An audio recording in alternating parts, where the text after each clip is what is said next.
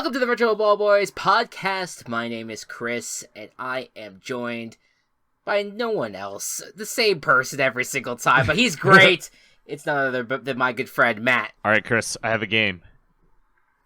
And it's inspired by those weird DirecTV commercials where, like, they switch back and forth between two TV/sports properties and then they merge to be something exciting and clever and creative, but not bad at all. Yes, so I've seen two iterations of those. The Serena Williams and the Desperate Housewives one are the two. That Real Housewives, yes, I think. Real Housewives, either one. So I have a randomized TV list, and I'm going to randomize this list until I find two TV shows that you'll know about. And I want you to, and then I want you to tell me what will happen if you combine both of them. Okay. Okay? All right. Well, this is not my strong suit, but I'll try my best. Right. I will make sure that they're shows that you know. Okay. All right. The Daily Show. Okay. Combined with, get one as soon as I see one that you will know. Yeah, I love how this is taking a really long time just to show how... Listen, you don't watch a lot of TV. I gotta... how deep Matt has to go to find a television show. All right, the Daily Show and Big Brother. What happens? The only thing I can think of in this instance is just, okay, it's one of two scenarios. You either take Trevor Noah and all the different correspondents and you put them in the Big Brother house and they have to, like, hang on, like, the wall or something. Like, you put them in the most brutal competition and that's what will bring the ha-has for the commercial.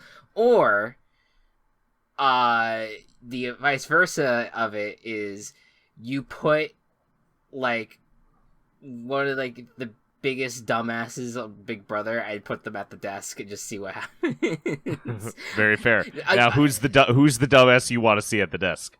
You have to choose. Oh God, there's so fucking many. Put, like, maybe Zach Rance or something. Like, I would be okay with that, legitimately. Yeah, like, I think that is the one. That's the first person that comes to mind. He's not stupid enough, but self-aware enough that it would be okay. That's kind of where I'm at too. Yeah. Yeah. Think of it like a Colbert Report type situation. Right. Playing a character. Yes. Exactly. Yeah. Exactly. All right. One more. Sure. All right. You got. Now, I know you don't know a ton about these shows, but just based on what you know, sure. And this you're going to maybe want to stop the podcast. Okay. Breaking Bad and Rick and Morty. What happens if those two shows combine? Okay. To me, you just replace Walter White with Rick, and Morty is his like sidekick that is in Breaking Bad. Right? I'm trying to remember. I'm trying to remember Jesse Pinkman. Jesse Pinkman. Yeah. And I feel like it's again, like, you could do either one where you put those two characters into the weird worlds that Rick and Morty, like, travel through, because that's Rick and Morty. They're just doing weird shit all the time. Or you have Rick and Morty end up just cooking meth together, and then it's just like, oh geez, Rick. Rick. I don't know about this. And then, like, Morty, we gotta make money, Morty. Like, it's just like whatever. Like, that's. And by the way, having watched neither show at all, I hope that was a good enough. I mean, you have the basic premise down enough to make that work. Yeah, there you go. But all right, so there you go. I think we'd served justice. You know what? It's a really fun game that I've been watching listen to a podcast, and they do the podcast, and then for, like, a post show thing they do a game show at the end, and the game show changes, but one of them is, like, you are told a description to a game, but it's a combination of two games, and you have to name the title of that game, and it's meant to be like where you kind of can combine, like, Metal Gears of War, like, right? Like, or, like, you can't combine two, they find, like, the similar word, and you have to, like, combine it, and you have to think of that on the spot.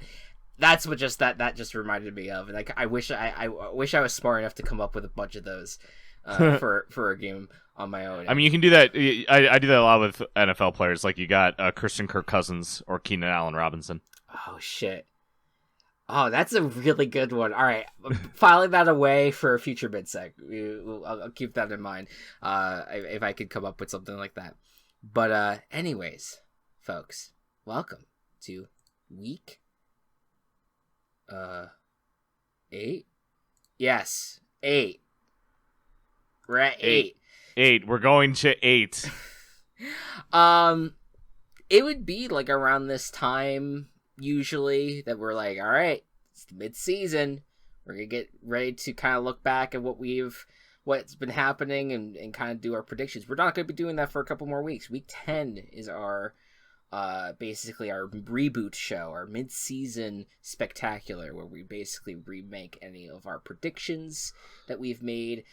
Very excited about that. But today, before we get to the mid-seg, we are on the cusp of the trade deadline. That will be happening next Tuesday. So by the time that you hear us next, the trade deadline would have happened. We would be probably recording the day of the trade deadline, and we'll be reporting whatever news has happened. There's already been some big trades, and we'll get to that in a bit. But of course, we're going to talk about some trades that we would like to see.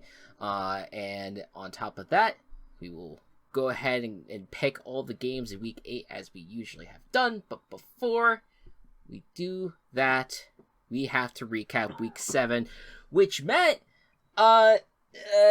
chaotic, I think. Lots of chaos. Lots of good chaos. Lots of chaos. That's good chaos. The kind of chaos that you would like to see happen frequently. That it happened, and I think it's gonna be up to us to figure out how much we want to take away from this week, or if this was all just an anomaly. Who knows? But it was hard picking a game of the week. There's quite a few options, but I ended up going selfish, and I went Giants and Jaguars. Because game of the week, I guaranteed this game because I was like, I just want to have a game where I could be like, I actually have full belief in the Giants. But again, the way the Giants play these games, they're close. They always just win these games by the skin of their teeth, and that has not been more true than in this game, where you have this kind of back and forth affair. Jaguars take the early lead, and then the Giants take a lead into halftime, and then the Jaguars keep on scoring, kicking field goals at least. And then they are in the lead going into the fourth quarter. And then after an initial field goal to try to get within range, that it would be 17-16. The Giants did have one last touchdown drive, and it was actually, I apologize. The touchdown actually happened before the field goal. So let me rephrase. So the touchdown happened, and then they kicked the field goal to extend the lead 23-17, and so to force the Jaguars to do one last touchdown drive. And goddamn, this drive was killing me. Giants were basically the Jaguars were playing messy. It was a terrible offensive showing in the last drive especially, but what kept on saving them was that the Giants kept on getting some sort of penalty each and every single time, and it was really frustrating, to the point that the Jaguars were able to make it to 20 yards, 15 yards out from the goal line. And in the final seconds, it was like the Rams-Titans Super Bowl with the guy that was trying to extend the ball at the goal line. It was essentially that play where the Jaguars had no timeouts, so this was their last chance no matter what. They threw the ball down the middle, the guy caught it, and the Giants, with the defense that they've had, which has been playing pretty decently this year, stopped them right at the 1 yard line as the clock went to 0. It was excruciating, but at the same time, extremely satisfying, extremely fun. And Matt, like I've been saying I no matter what, until the Giants like blow out a team, I am not going to fully believe that this Giants team is going to do well long term. But the fact that they keep on winning games, and the fact that it's been so much fun and kind of anxiety riddling to watch these games has been definitely a respark in like, hey, Giants, being a Giants fan is no longer miserable, at least for the time being. For the next, after the last decade has been really brutal. Yeah, I know you didn't end up catching this game, but just at this point, where like I talk enough about the Giants, where do you see the Jaguars at this point? Because they're 2-5. Offense has been kind of just not really clicking as well. Defense has been kind of getting exposed. It's not like early in the year. No, definitely not like early in the year, but I do feel better about the Jaguars than I do about the Lions. I think that both teams are in very similar situations in terms of teams that should be pretty, or teams that have been, pretty surprising. Yeah. But overall, not the best, and we want more from. So I think the Jaguars, still have something to them, but they may still be a year away from being a really solid contending team. Yeah, the Titans are on a 4-game winning streak and have at this point swept the Colts, and so yeah, it's gonna be. I don't think the Titans haven't even faced the Jaguars yet, so I mean, there's maybe an opportunity still, but the Jags have to start winning. They get their London game this week, and hey, London has always been a good thing for the Jags, so maybe they get things right against the Broncos. It's been kind of oh no, the Broncos. Right, yeah.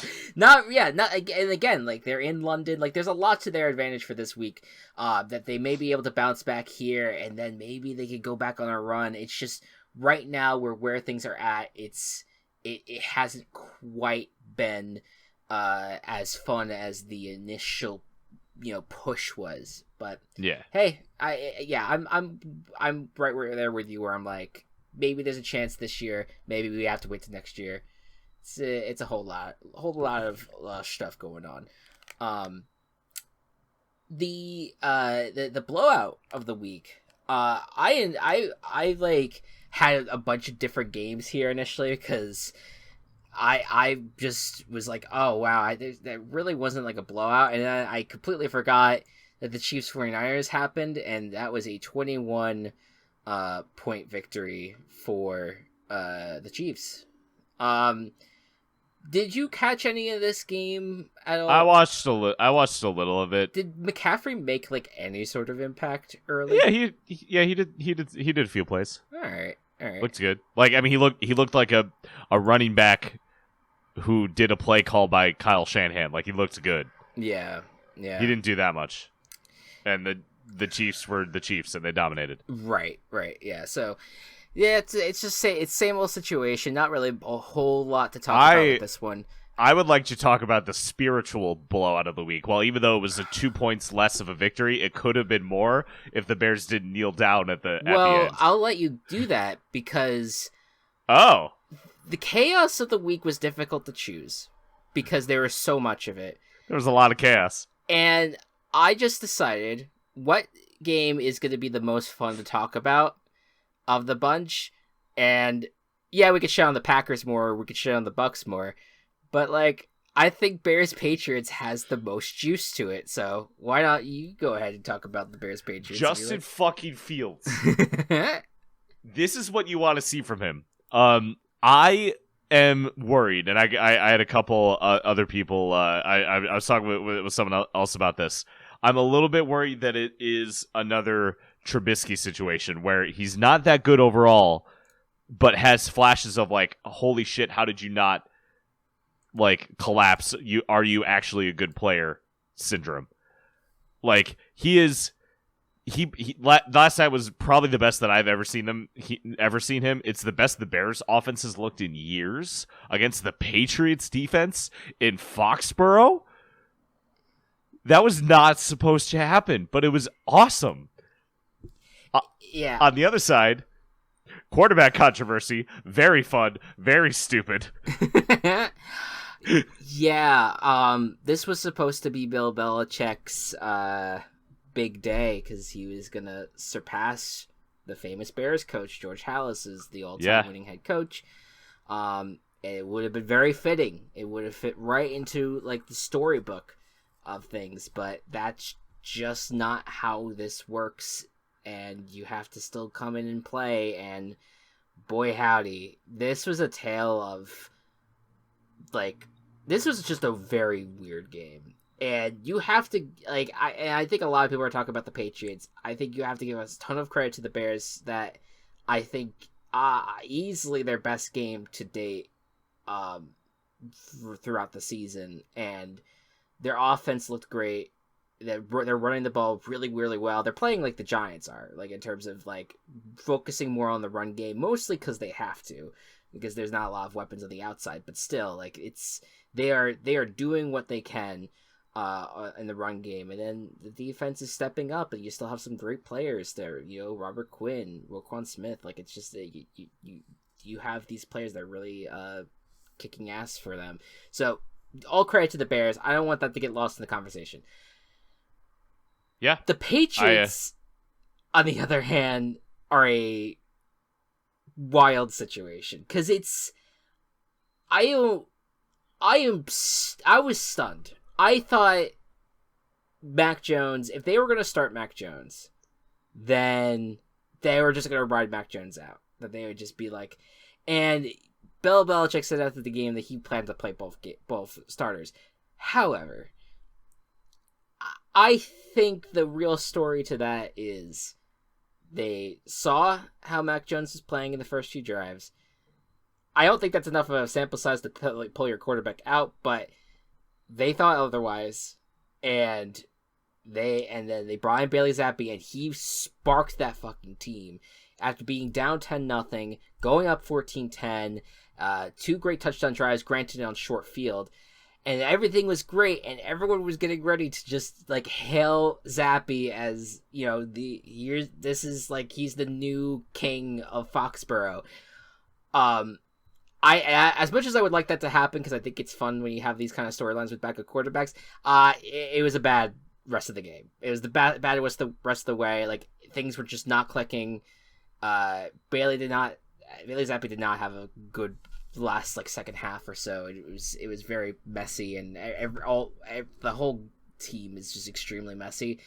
And now because both quarterbacks didn't really live up to expectations, oh boy, this is the Jets. What's gonna happen with the Jets game now is juicy, and I don't know what the move is. I think it's Mac Jones. Just go back to him just to see what happens. But Zappi is I think Zappi's the future though. I think Zappi's the future, but also like you are just like zapping the confidence of Mac. Mm-hmm. Like either way, going back and forth between them is not like it's never a good thing for either quarterback to do. Right. Or for either quarterback to go through that the constant starting and benching. This is not it doesn't feel good on the psyche, you know. No, not at all. And I again, like I think everyone keeps on wanting to say like, well, it's Bill Belichick, so he'll figure it out. And like, yeah, I get it. We have a track record for him, right? But this is a weird situation that I feel like he didn't need to create by playing both quarterbacks in the Bears game. Like if I think that you could have given Mac a little bit more time, and I'm saying that as someone who I think that Bailey Zappi would be the future, but like give him some extra time on the field, and if like after the first half things are really bleak, then I guess then you put Zappi in. The fact that they pulled him after 2 or 3 drives, like it's just like it felt so weird.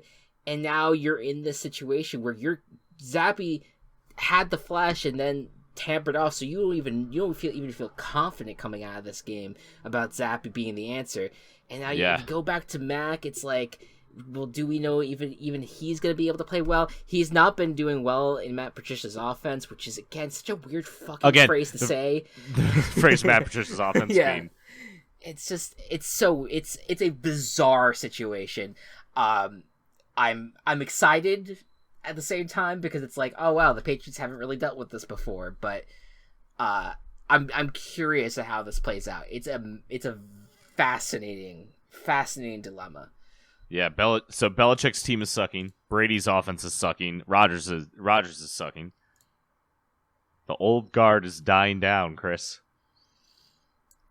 We'll see. It's week 8 now. We're coming up on week 8. I don't know. We've had some weird fucking turnarounds. That's all I'll say. There's been some weird ass turnarounds that we've seen where the season October 25th certainly does not reflect the season in the beginning of January. So will I take a victory lap on some of these takes though? Absolutely. I think so. No, I think we have some good ideas about what's going to be happening the rest of the year, but I don't know. There's some weird there's always some weird stuff going on in the NFL because it's been a weird fucking year, indeed. Speaking of weirdness, though, we got some. Well, I don't even want to say weirdness, but like it's a weird change of circumstances going on here. Where just before we get to like the trades that have happened, Matt Ryan was benched. Not just benched, like permanently made the third string. Nick Foles will be the backup. Yeah. To Sam Ehlinger, last year's 6th round draft pick. Like that. What a fucking crazy move. They lost to the Titans this week, and yeah, it just hasn't really been that great of a season.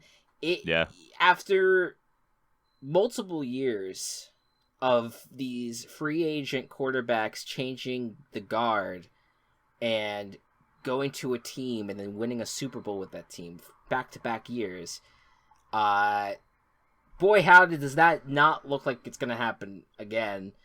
And this is one of the main reasons for this. I mean, because at this point, if the Colts make the playoffs, it might be because of Sam Ehlinger, and that's a good thing for them. That's a wild world. That's a wild world. And then, of course, that's an Animal Crossing wild world. That's an Animal Crossing wild world.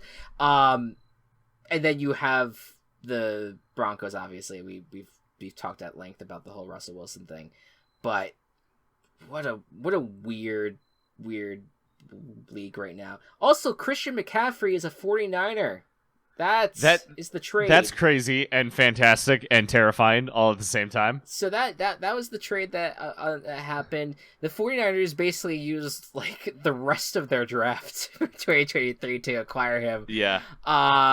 It's kind of nuts. Obviously, take what happened this week with a grain of salt. I was shocked that he played this week. Me too. Like, you learn the playbook in 3 days? Like, that's weird, but whatever. To be fair, running back is probably the easiest position to do that with because sure, it's like, hey, there's the hole, run through it. I get it, and but like, I definitely think this upcoming week you probably will see a better idea of like, okay, what is McCaffrey going to be like in this offense? But I want to ask you, Matt. Obviously, you have been saying Panthers need to trade Christian McCaffrey. They need to get him in a better situation. Do you think that this is a good situation for Christian McCaffrey? In the sense of, do I think that he improves this offense? Yes, absolutely. I think he will improve this offense with McCaffrey and Deebo Samuel alone. You have two just extremely versatile players. The defense is really solid. The plays are good. Jimmy G can get the job done. The Chiefs are a different story. Don't prescribe this game to like what the 49ers are going to do. However, 49ers in recent history have had a different running back finish as their RB1 for like the last 5 years or so. Right. Part of that reason is because their running backs keep getting injured. Christian McCaffery over the past couple seasons has been consistently getting injured. So I'm hoping that two negatives cancel each other out. So that he can, play the whole season. Yeah, and like, I don't know, man. It feels like the right move for now. Long term, yeah, like that is something that you have to worry about. But again, the Niners are in a win now situation. They want to kind of keep getting better, and they want to keep winning. If they don't win the Super Bowl this year or next year, they're going to be in big fucking trouble. Right. So. Well, it's like it's the new way of building a team. Like the Rams are in the similar spot. Like they won the Super Bowl, and they might have, maybe they turn it around this year, make things interesting, but slowly but surely that team is going to turn it into a trash bin. Like it's just because of all the future capital that you spent trying to make it a win now situation happen at this moment. So it's gonna be interesting to see. I am hopeful that McCaffrey can stay healthy. I'm hoping that the Niners can use him well and that they can stay frisky, stay interesting. But it is definitely a question about like how long this relationship can work out for, and hopefully it will be for a long time. The other trade, were you gonna say something? No. Oh, okay. The other trade that happened was the Jets. Well, so fucking Jets, man. They're 5-2, like fucking awesome. Like that is so great. They've won 4 in a row. Like they're doing so well, and they are a young, talented team. And Breece Hall was one of those players that for the long term might really be a great player for the Jets, but unfortunately went down with a torn ACL in the game against the Broncos. So that was such a bummer, and that left a lot of air out of this great rise for the Jets. But they're going to try to move forward with Michael Carter and James Robinson, who is traded from the Jaguars to the Jets. And Matt, this might be weird to say, I think I kind of like this trade more than the McCaffrey trade. I have some thoughts, but please go on. Well, so the only reason why I say that is mostly the cost. Cost is great. Yes, I agree there. Like, I feel like the fact that they got him for a 6th round, and if he plays well, he starts in a certain number of games, it's either a playoff clause or number of starts clause. Like they'll go to a 5th rounder, but still, like I think that I don't think it's a complete replacement for Breece Hall, but I just like it as we want to continue running the ball. We want to keep on protecting Zach Wilson because Zach Wilson's still not playing at the level of we can trust him to win games. Let's have these two guys on the ground running the ball in their different styles, and let's see let's see how far we can go with this. They also lost Vera Tucker, one of their very key offensive linemen in that game, so for the rest of the year. That I don't know if they're going to be able to replace, so that might still keep the fuse out of the Jets. But I don't know. There's something about this, just if you're doing like a 1-year rental, just because the Jets are, as crazy as it is to say this, the Jets are in a win now situation. Like Robert Saleh is kind of on the chopping block if he doesn't win this year, and Joe Douglas has been around for a while. They do want to win games now. Like the whole rebuild thing they need to kind of get rid of that. I think get a guy like James Robinson in there. He's not going to change the world, but I think I like it for what they're doing right now.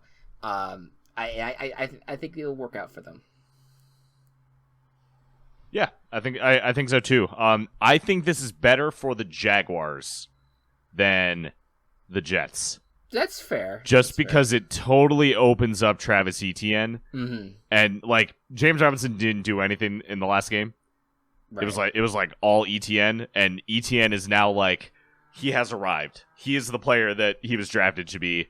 I am so happy, not just because he's on my fantasy team, but sure. Yeah, and like definitely a great a great situation for the Jaguars that, like, hey, you got this rookie running back, or was a rookie running back, now is essentially a rookie running back. Right, yeah, like that now he's like, okay, like this is a system that could end up working out for them. I get what you're saying.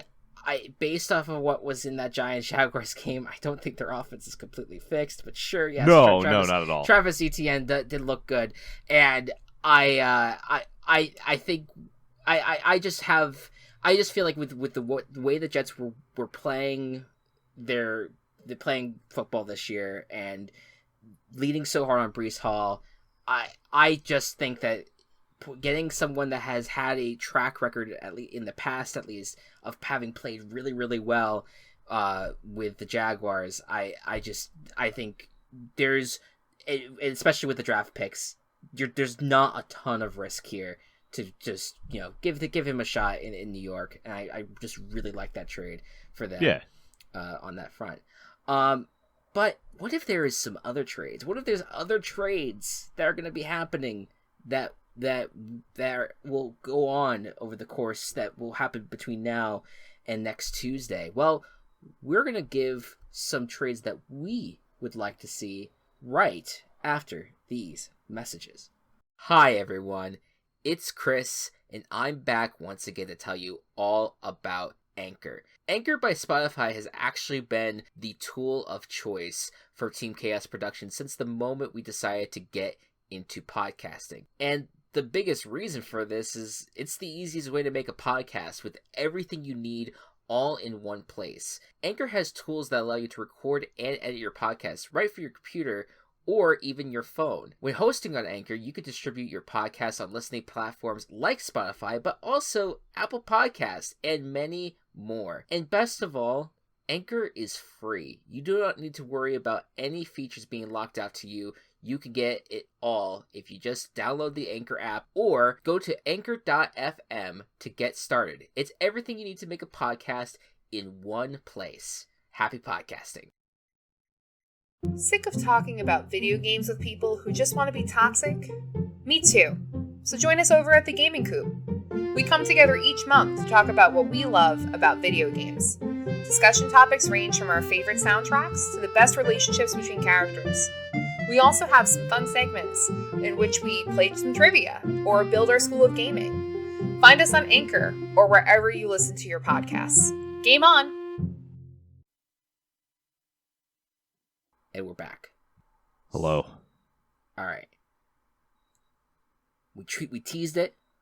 We're now going to give trades that we would like to see happen. Matt, do you want to get started? Yeah, I'll get started. All right. I'm going to start out with another running back. Sure. We're going to,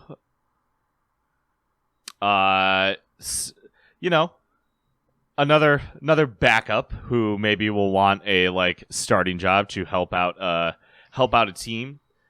On Thursday, last Thursday we saw some new life be breathed, is the word I'm going to go with, into the Arizona Cardinals. Sure. DeAndre Hopkins is back. Offense seems to be on fire. Granted, 2 defensive touchdowns will help you out with that, but I think that they will be looking for a push, especially since this division seems wide open now. I think the Arizona Cardinals are going to acquire Kareem Hunt. Oh, okay.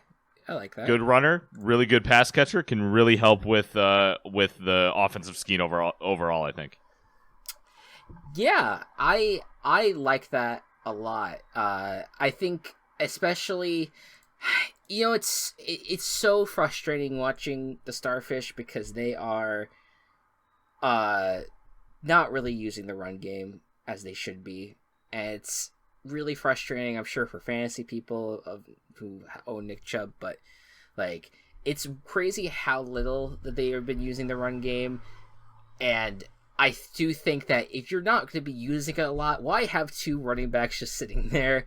Yeah. Nick, at least you have Nick Chubb, who has this proven track record. He's one of the best in the league. you want to keep him on your roster. Yeah, I think it makes sense. Move Kareem Hunt to get some value. And I think with the Cardinals, that could absolutely work out for them because they definitely need a run game. That's not what they currently have. So, yep. For my first trade, I'm gonna go to Tennessee because the Titans, they're doing well. They have a 4-game win streak after starting 0-2. So things are looking up. They're on the top of the division. But they need playmakers, and it's not just Derrick Henry. You need some pass catchers for Tannehill, and I think you could maybe go for a wide receiver, but you kind of already traded for a wide receiver once, so why not get a tight end and Mike Gesicki from the Dolphins, who has not really done much for the Dolphins this year, but they franchise tagged him, and he has proven being a talented player. Why not acquire him and get some spice at that position that you haven't had since like Delaney Walker was, on the team quite a few years back at this point. I think it would be nice to see some playmaking on that front on the tight end position for the Titans. Yeah. Good pick. Yeah.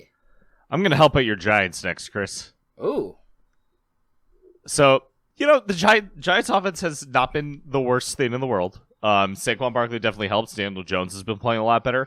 I still think their receiving core is still the weirdest thing to me because while a lot of them have potential, like Kadarius Toney, Wan'Dale Robinson, all have potential, none of them seem like they can take that next step. So I want to save a wide receiver who is currently in a really bad quarterback situation, and I want to get Jerry Jeudy over to the Giants. It is very funny that is also one of my trades that I had was the Giants trade for wide receiver Jerry Jeudy. But you give me the good reason. What do you like so much about Jeudy? I mean, he hasn't been able to reach his potential, of course, just because Drew Lock and now of all things Russell Wilson, who we thought was going to be the answer. Right. So get him to the Giants. Daniel Jones is not exactly the best quarterback, but the Giants' offense is at least competent right now with Brian Daboll. So I think that they could do a lot with him. Yeah, I think the running in this league has been like the core aspect of offense this year. Like if you can't run the ball, it's been brutal. But I don't know how long that's going to last. I think that the passing game is going to kind of get back into being the most important thing. And I think that's where the Giants, if that comes to it, would probably fall apart. So while you have the opportunity and if you want to, granted, the one way I don't see this happening is because the Giants are in a rebuild. As good as this start has been, we have to remember where this team is at, and they're not this talent-rich team that is on the verge, that is ready to win a Super Bowl now. They're starting with a new regime. They want to build the talent up. So part of me thinks that they might want to keep draft picks. Maybe they might maybe they'll trade one of their wide receivers that hasn't really been doing much. It's kind of like that situation, but it would be fun and frisky for this year if you could get a guy like Jerry Jeudy in there, make some interesting things happen. I'll give my third and final trade then. And I am going to the LA Chargers, who need help. They need help. There's a lot of issues with them. And there's a few different ways I wanted to go about this. And I'll maybe mention both trades in a way. But my trade is also to the Chargers, so we may have this one overlap too. Oh, okay. All right. So there's two ideas I have.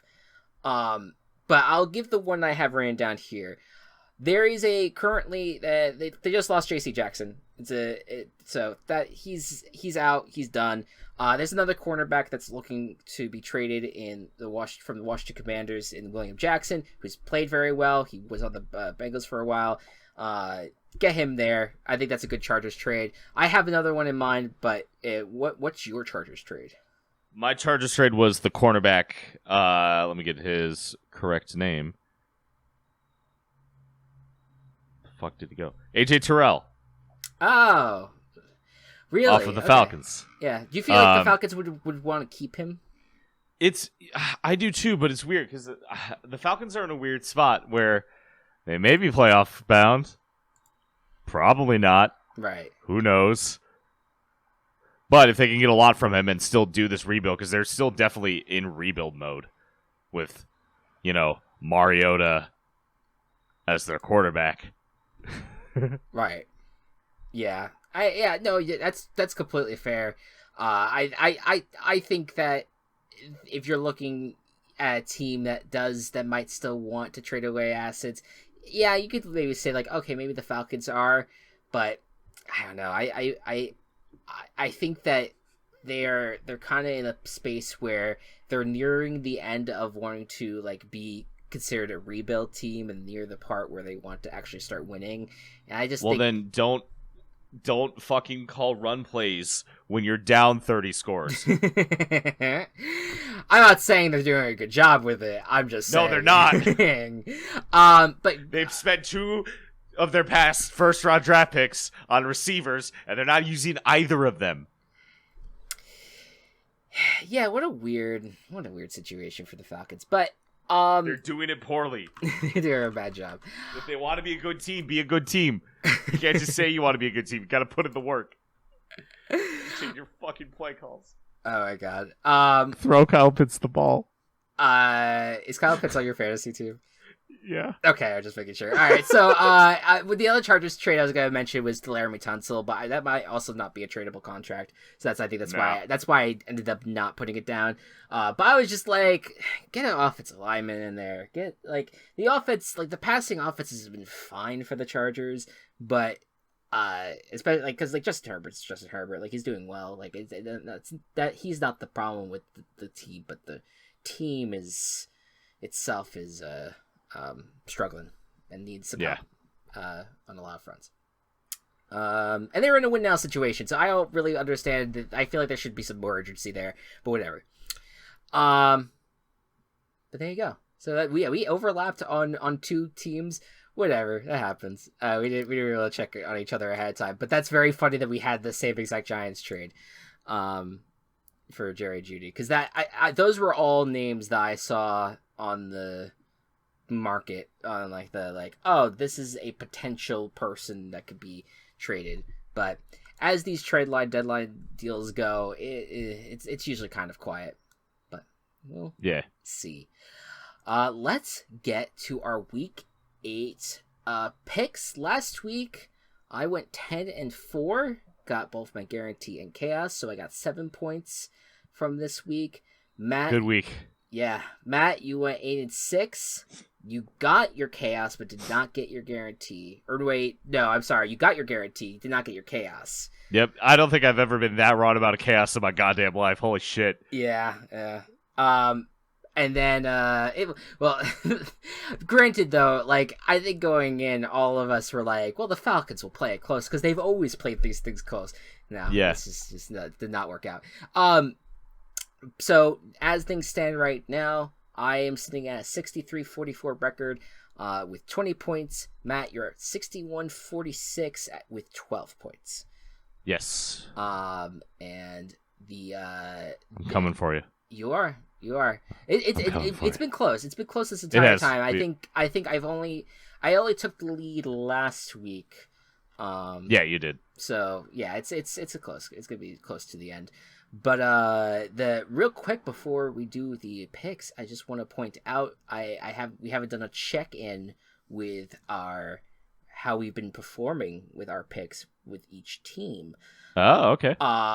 And so right now, each of us have like our best record is 6-1 and our worst record is 2-5. So we've all at least gotten a game right twice this year. Cool. For our team, so I'm happy with that. The craziest thing though, and what I'm gonna do is I'm just gonna like read like the 1-loss teams that we each have and the 2-5 teams that we each have. They're all different from each other. It is kind of wild how different they are. from each other. So Matt, thus far this year, you are 6-1 when picking a Kansas City Chiefs game. So Okay, that is your best team. Following that, 5-1, you have the Bills and the Rams. I will take it. That sounds right. I feel good with those teams. For me, my best teams are sitting at 6-1 are the Dallas Cowboys and the Los Angeles Chargers. I think very strange with those. That's what's crazy is because I feel like they're both kind of weirdly unpredictable. Cowboys have kind of, strained the ship a bit. Like, you kind of realize, they're going to be competitive every game. But the Chargers, you're like, you never know what you're going to get. So the fact that I'm 6-1, I'll take that. 5-1 teams, I have the Lions, Raiders, Vikings, and Eagles. So that's a very interesting, doing good with those. Interesting bunch. We each have 3, 2, and 5 teams, our worst bunch. And again, all of them are different from each other. I have the Colts, Steelers, and Buccaneers. Checks out. That does check out.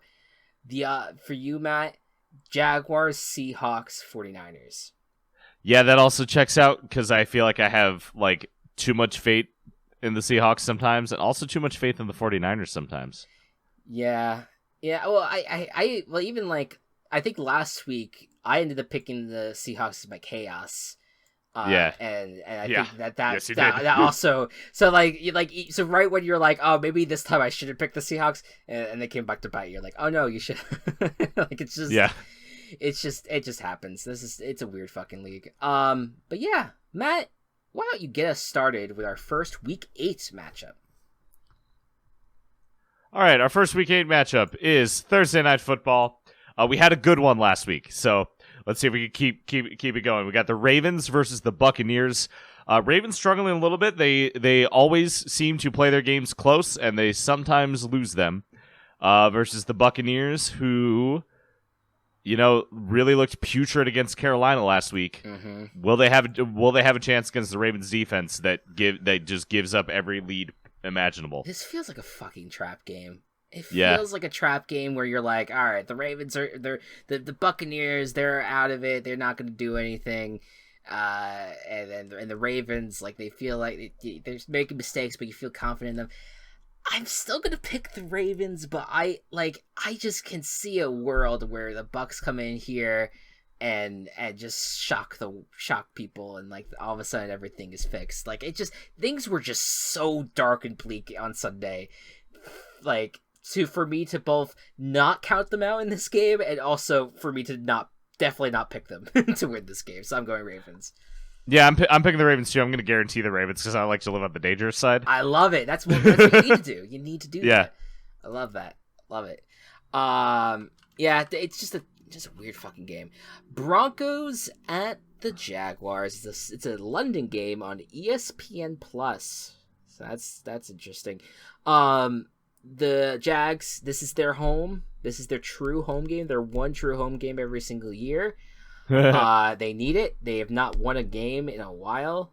Broncos also have not won a game in a while.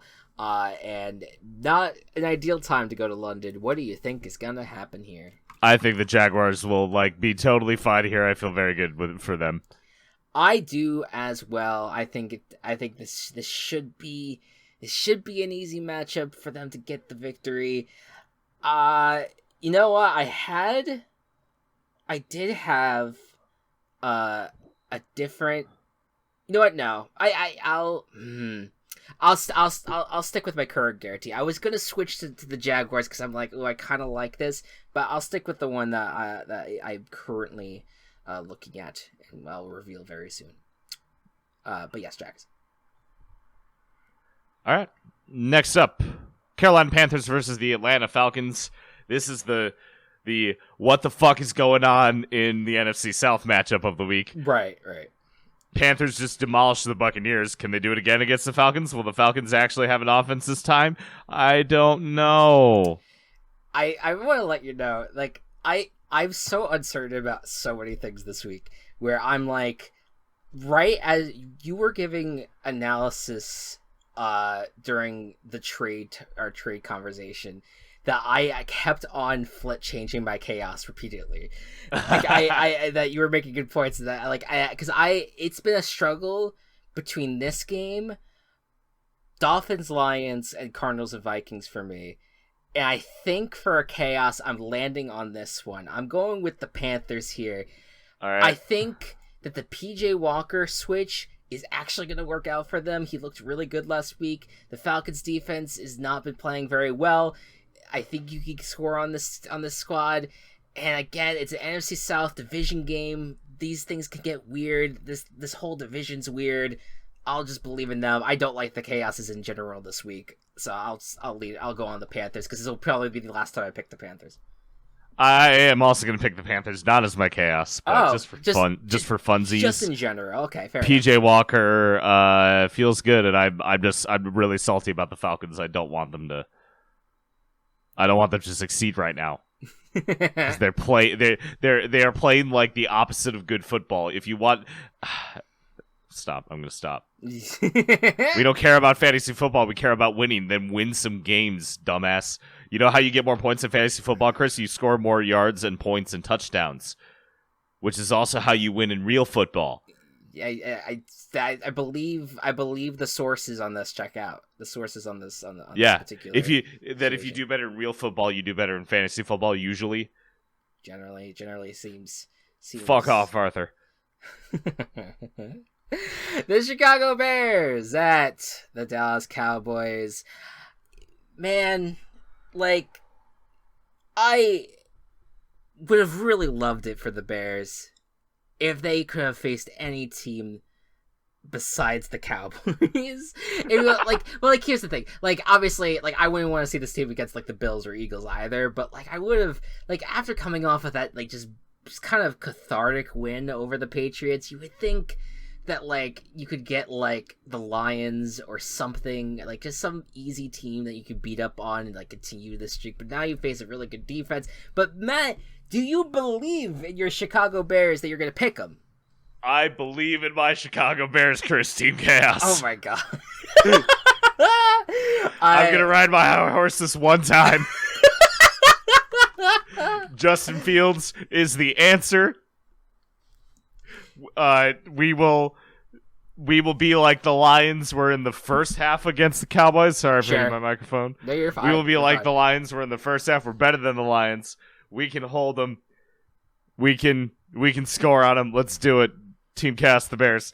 Yeah, I did give that whole soliloquy and then realized, like, what if, like, this is just setting up for is Dak Prescott not the answer anymore? Is Dak Prescott not the answer? Because he might not be, Chris. He might not be.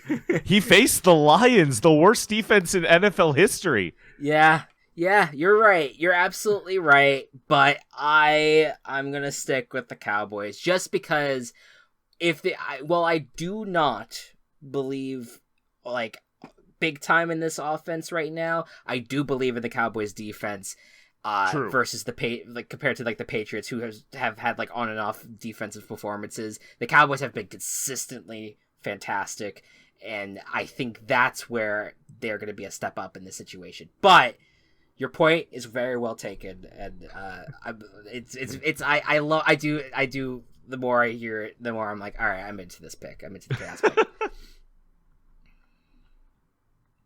Miami Dolphins take on the Detroit Lions.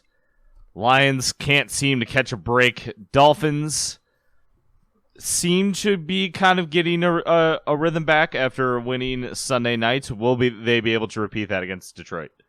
Yeah, like, again, I was thinking, like, the Lions play so much better at home. The last two games, the reason why everyone has completely tanked their feelings about the Lions is the fact that they've played the two road games and their offense has been terrible, and everything has just been bad for the Lions the last 2 weeks. But at home, maybe things get a little bit more interesting, but I can't pull the trigger quite enough here. I just don't feel like I want to pick this Lions team. I would like to see them win, but I think the Dolphins will do fine with their offensive weapons against this bad defense.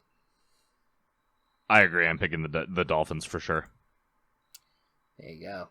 the Cardinals at the Vikings. We talked about the Thursday Night Football. Cardinals looking a little bit better. Vikings, of course, though, coming off of a bye, are 5-1. What do you think is going to happen in this game? I actually think I think it will definitely be close. This is one that I'm probably not going to get to watch. Also, I'm coming back from a wedding on Sunday, so I probably won't watch a lot of these games. Yeah, that's fine. But I would be really interested in watching this one, just kind of see how the two teams interact with each other. That said, I've been extremely high on the Vikings. You know this. Yeah. Everyone who's been listening know this. I'm going to pick the Vikings for sure.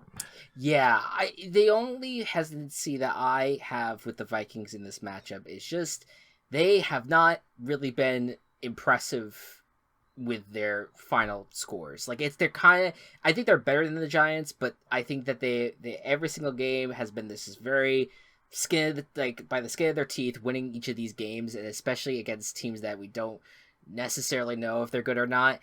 That said, I want to see another game from the Cardinals to make me really think that this is like, okay, no, the Cardinals are really back now. So I will also go Vikings. All right. Next up, Las Vegas Raiders coming off of their second win of the season, take on the New Orleans Saints. Saints showed a bit of life as well, but Andy Dalton and Jameis Winston are both in very weird situations. Will the Raiders be able to pick off the Saints, or will the Saints stand strong? This was a tough one, but I just feel like the Raiders are getting back in their groove. They're adjusting. They're back into like, oh, this team has a ton of talent on it. It was a weird start to the year. I trust them to kind of keep on getting better. The Saints team has just kind of been playing mediocrely and weirdly, and I don't really trust them. So I'm going Raiders. I am also going Raiders here. Actually, you know what? I'm guaranteeing the. Wait, did I hear? No. I'm guaranteeing the Raiders. I'm changing my. Cool. Nice. I wanted to move off of. I had another team earlier, and I'll bring it up when I get to that point. But I'm just like, it feels a little. I feel like I was being a little too easy with it. So I feel like Raiders against Saints. Could be a weird game. I'm gonna trust the Raiders here. Cool. Did you pick my turn? Yeah. Did you pick my the turn? Saints? I picked the Raiders. Picking the Raiders. Okay, there you go. Your turn. My turn to announce this game. New England Patriots at New York Jets. All right, here we go. What's Bill Belichick gonna do? Doesn't matter in this game, Matt. Who do you have winning? This is my litmus test for you personally to see how far you will go to support a New York team against Bill Belichick. Mm-hmm. Because this is a point where one team is very, very clearly better than the other. Mm-hmm. But that has not been the case historically. So I'm wondering if you will join me in choosing the Jets or not. I'm picking the Jets. Cool. I am. Good. But mainly, if Bailey Zappi went into that game and like beat up the Bears and did a really good job against that team, I would be like, all right, this is where the Patriots are back. They're not back. Things are kind of messy right now. It's not disaster by any means. I think this game is going to be close, but the Jets, I just feel like they should just continue winning. They're such a good team. They've been very well coached thus far. Like, it's a good squad. I'll pick them and I'll believe in them firmly. Good. Next up, we have the Pittsburgh Steelers versus the Philadelphia Eagles. Eagles still undefeated. Will they be able to beat their Pennsylvanian rivals out west? God, no. I mean, this, like, here's the thing. Like, when you look at the Eagles schedule at this point, you're like, oh, they could go 17-0 because their schedule's kind of soft down the stretch. But then you would have a game like this where it feels so obvious that the Eagles are going to win it, and then weird shit happens. I am picking the Eagles. That's not where I was going. I'm not picking the Steelers here. I'm just saying that like this, we're entering territory of like, oh, here's an undefeated team that has the chance to run the table, and that first loss is going to come in the most weirdest way possible, and this is a kind of game that it could happen, but I'm picking the Eagles. I'm also picking the Eagles. I really don't think the Steelers are that good, Chris. Did you see how poorly Kenny Pickett played? I will point to every piece of weird things that have happened this year and every year. That's fair. Where the just weird games happen. I'm not saying it will though. I do think the Eagles are going to win. I'm just saying it happened. It happens. Yeah. Next up is the Tennessee Titans at Houston Texans. This is the game that I initially had the guarantee of the Titans because of the spread was weirdly close to me, but I was like, you know, I'll pick a game that's a little bit closer record wise.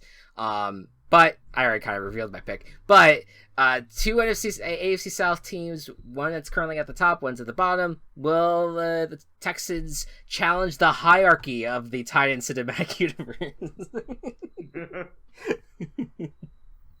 I mean, I'm picking the Titans too. Yeah. Texans are not a good football team. I am picking the Titans as well. I initially, one of the trade ideas that I had was Giants getting Brandon Cooks again. Like just keep on trading the guy. You know, he'll bounce around everywhere. You know, but he'll plug and play. All right, the Washington Commanders against the Indianapolis Colts. Commanders coming off of their upset against the Packers. The Colts, brand new quarterback who's shown some signs of promises. Can the Colts win against the Commanders here? I hate this game. I hate this one. When I hate a game and I don't know how the fuck to pick it, I'm gonna go with the home team usually. I'm also just feel like I'm picking the team with the better coaching staff. Like, I know that we've all had questions about Frank Reich this season and whether or not he's gonna last, but I trust him more than Ron Rivera at this point. Yeah, like Ron Rivera's, you know, he's a good person. Like he seems like a decent guy, but like it's just not working out with Washington. Again, I know I'm saying that, and like they're on a 2-game winning streak, but I'm still just not at the point where I'm like, oh man, I have a ton of confidence in Washington right now. So I'm going Colts. I don't have confidence in Washington, but they did make Aaron Rodgers look like a piece of shit. So I feel indebted to them. So I'm going to pick them for this game, and just, you know, first start for rookies, not always the greatest on the Colts side. So sure, absolutely. Is Sam Ehlinger a rookie, or I thought he was year 2? First NFL starts. He was drafted last year, so second year player. Sure, but who has not attempted an NFL pass yet. Sure. I got you. Next up, the San Francisco 49ers at Los Angeles Rams. Man, this series is already wrapping up.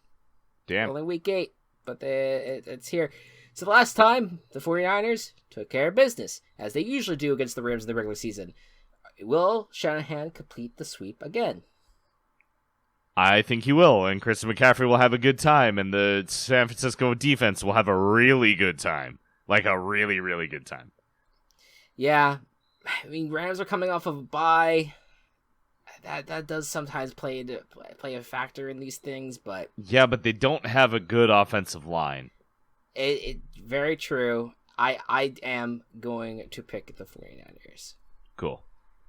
All right, this is probably the most interesting matchup of all time. All right, fair. Is the division-leading 4-3 Seattle Seahawks with Geno Smith as the quarterback against the 6-1 New York Giants with Daniel Jones as the quarterback. Yeah. How do you pick this matchup? I don't think you do, like, in a good way. Who's gonna win, Chris? I'm picking the Seahawks. I think that this is a really good team.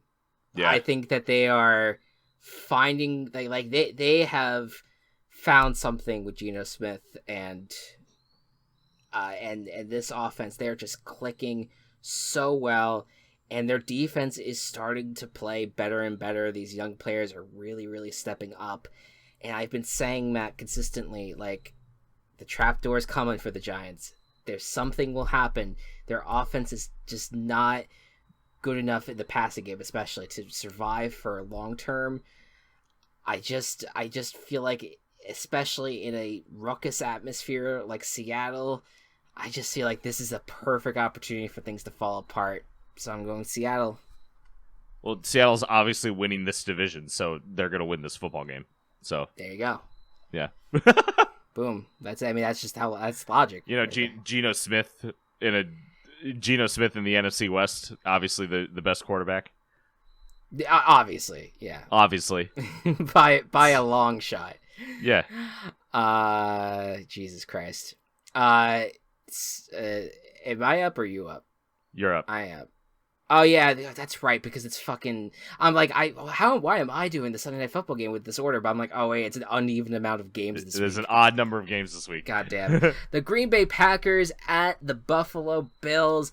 This game looked pretty awesome on paper.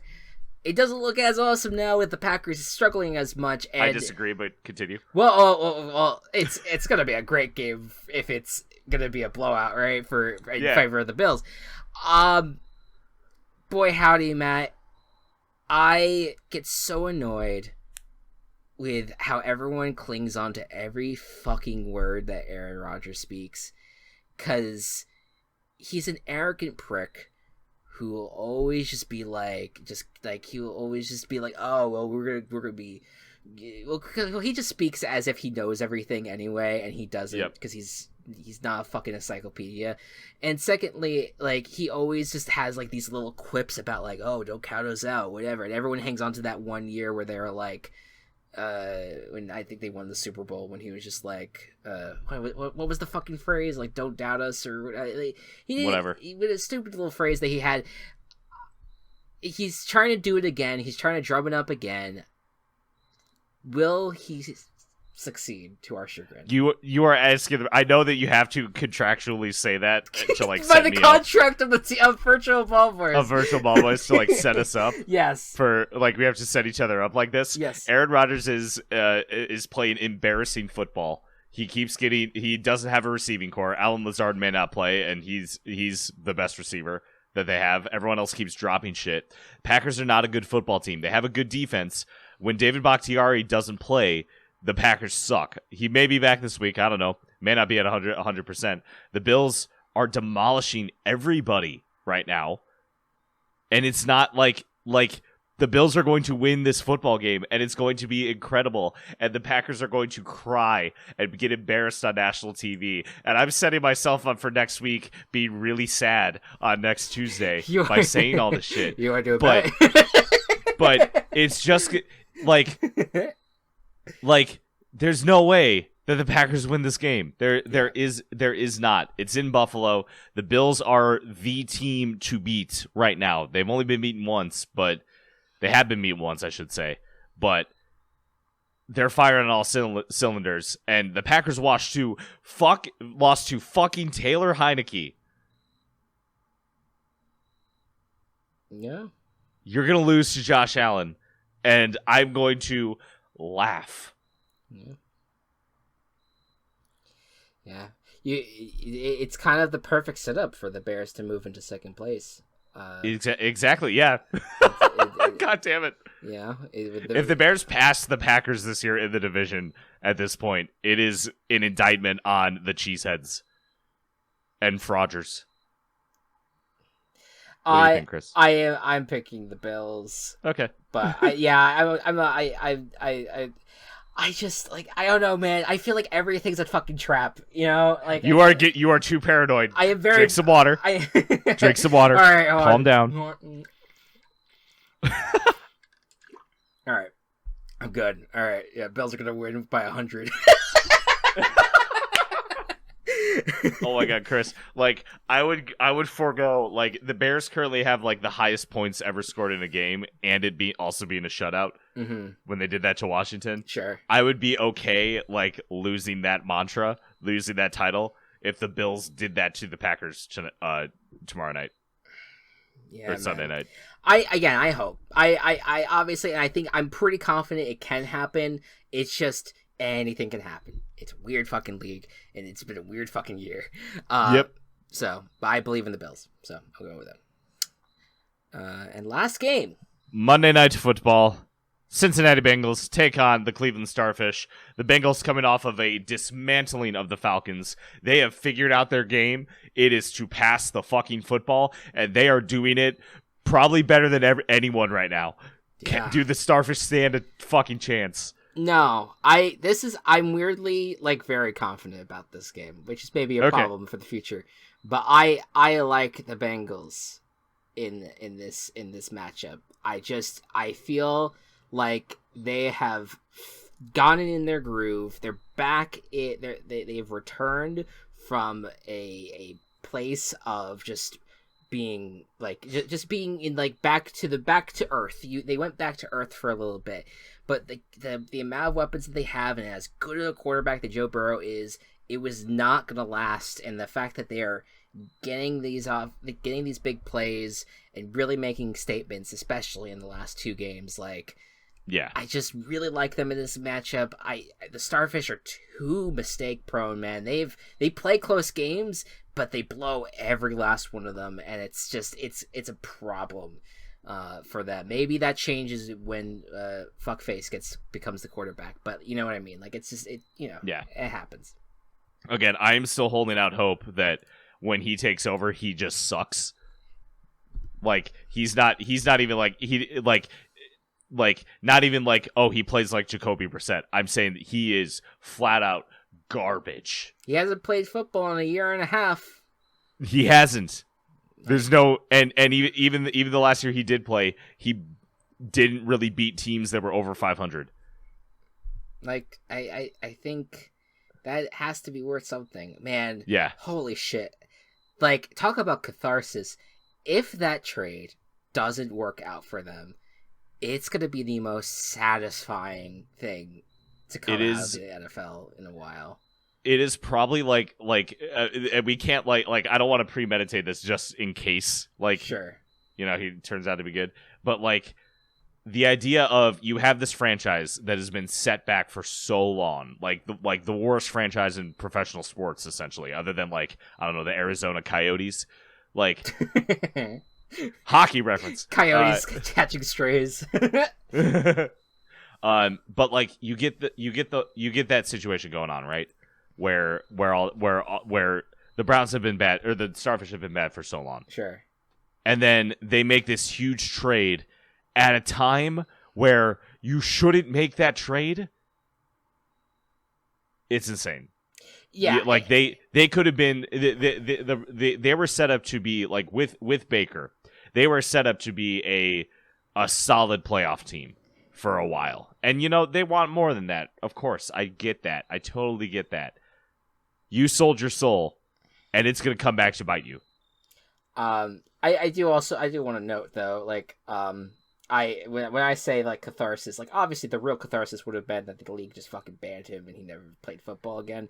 Correct. But in a world where we can't have fair and nice things like that, things that actual justice in the world, it's fine to I think that this will be the closest thing, is that they get he gets in, he plays, and he plays terribly, and the team just falls apart over the next few years because of that. That's just that's glorious. That would be a perfect payback for that. Sets them back another 25 years. Yeah, there you go. Fuck Cleveland. Worst city of sports. My least favorite sports city.